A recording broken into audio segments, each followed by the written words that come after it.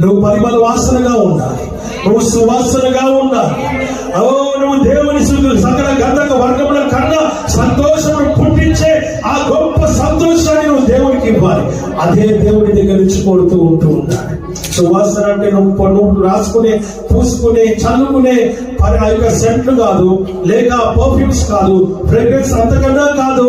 వాక్యం చెప్తుంది, ఈ పరిమళ ఆత్మీయమైన పరిమళ వాసన కావాలి. నీ జీవితం ఇతరులకి సువాసనగా ఉండాలి. నీ జీవితం ఇతరులకి పరిమళ వాసనగా ఉండాలి. నిన్ను చూసి ఇతరులు కూడా సువాసన వెదజల్లే వారిగా మారాలి. ఇంకా మారాలి. హల్లెలూయా. నీ మనసులో ఏదో పెట్టుకొని, నీ హృదయంలో ఏదో పెట్టుకొని, ఆఖరికి కొంతమంది సేవకుడి మీద కూడా ఏం పెట్టుకుంటారు? కోపాన్ని పెట్టుకుంటారు. ఇంకేం పెట్టుకుంటారు? ద్వేషాన్ని పెట్టుకుంటారు. ఇంకేం పెట్టుకుంటారు? కుళ్ళును కూడా పెట్టుకుంటారు. ఇంకేం పెట్టుకుంటారు?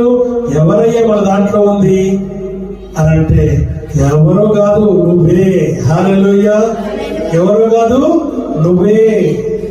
హల్లెలూయా. ఓర్వలేని జీవితం, కోపాన్ని పెంచుకునే జీవితం, నన్ను తిట్టానని, లేకపోతే నన్ను అందరి ముందు ఒక మాట అన్నాడని, ఇంకోటి ఏదో అని ఇలా పెట్టుకునే వాళ్ళు కూడా ఉన్నారు. అది పరిమళ వాసన కాదు, కంపు వాసన.